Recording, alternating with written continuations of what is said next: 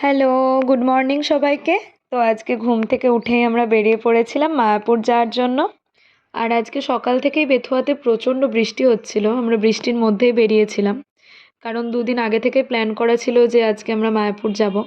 আর আজকে আমাদের সাথে প্রেয়সীও গেছিলো।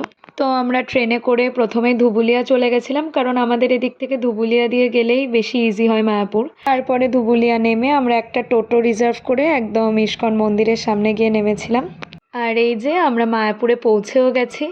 মায়াপুরে পৌঁছেই প্রথমে আমরা ভোগের কুপন কেটে নিয়েছিলাম, কারণ আমাদের পৌঁছাতে পৌঁছাতে 11:30টার ওপর বেজে গেছিলো, আর 12টা পর্যন্ত ওখানে কুপন দেওয়ার টাইম ছিল।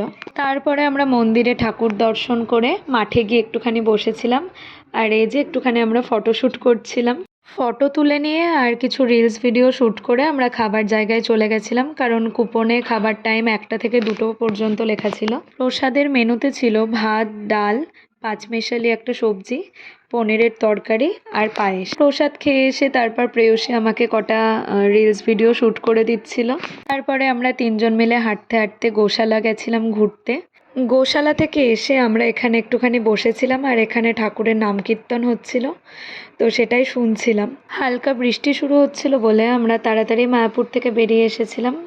তো চলো, আজকের মতো ব্লগটা এখানেই শেষ করছি। টাটা সবাইকে।